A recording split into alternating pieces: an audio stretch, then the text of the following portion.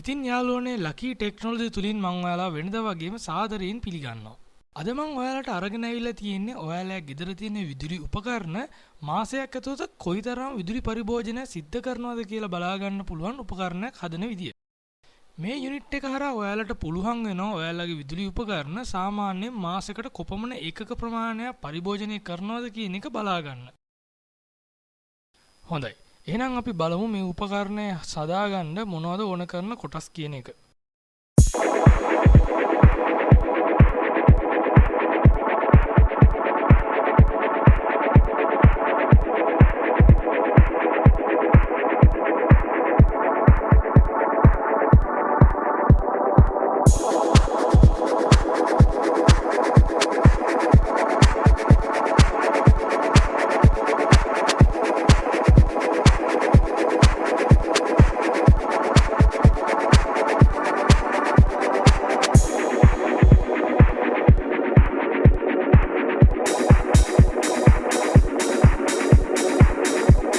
ඊළඟට අපි මේ කොටස් ටික ඔක්කොම එකතු කරලා අපේ portable power analyzer unit එක හදාගනිමු.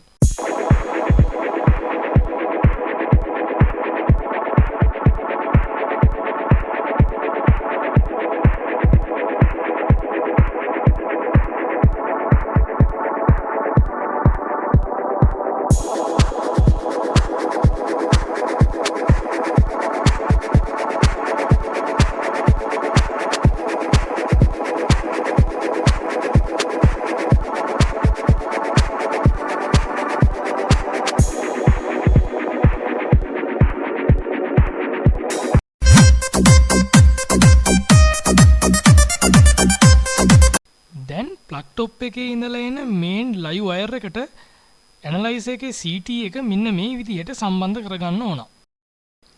ඊළඟට අපේ ඇනලයිසර් එකට 230 පවර් එක කනෙක්ට් කරන වයර් මේ විදිහට තමයි සම්බන්ධ කරගන්න වෙන්නේ.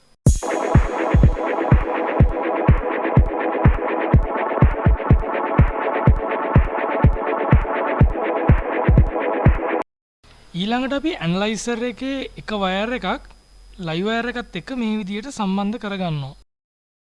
ඊළඟට ඇනලයිසර් අනිත් වයර් එක නියුට්‍රල් වයර් එකත් එක්ක මේ විදිහට සම්බන්ධ කරගන්නවා.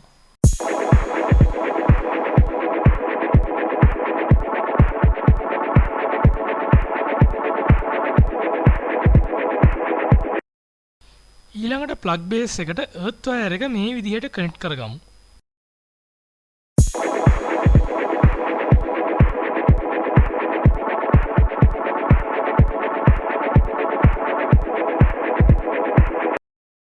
ඊළඟට අපි ඇනලයිසර් එකට අපේ CT එකේ වයර් සම්බන්ධ කරගනිමු.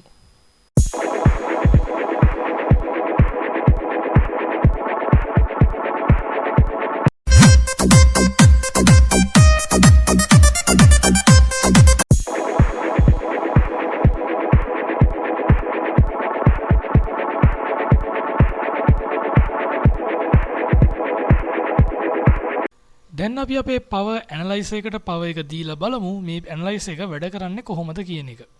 ඇනලයිසර් එකේ සෙටින් බටන් එක එකපාරක් ක්ලික් කරාම වොට් අවර් කියන රීඩින් එක පෙන්නනවා. ඒ බටන් එකම තප්පර 3ක් විතර ප්‍රෙස් කරගෙන හිටියාම ඒ රීඩින් එක අපිට රීසෙට් කරන්න පුළුවන්. බල්බ් එකක මාක් එක තියෙන අනිත් බටන් එක ප්‍රෙස් කරාම ඩිස්ප්ලේ එකේ ලයිට් එක ඔන් ඔෆ් කරන්න පුළුවන්.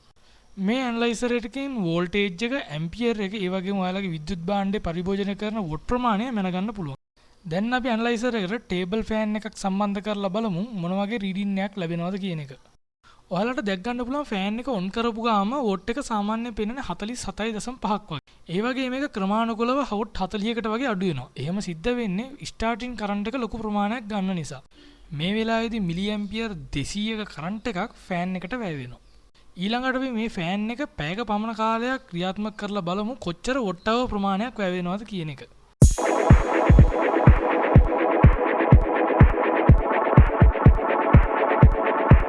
දැන් ඔයාලට දැක ගන්න පුළුවන් මේ ටේබල් ෆෑන් එක වොට් අවර් 40ක් පැයකට පරිභෝජනය කරලා තියෙනවා කියන එක.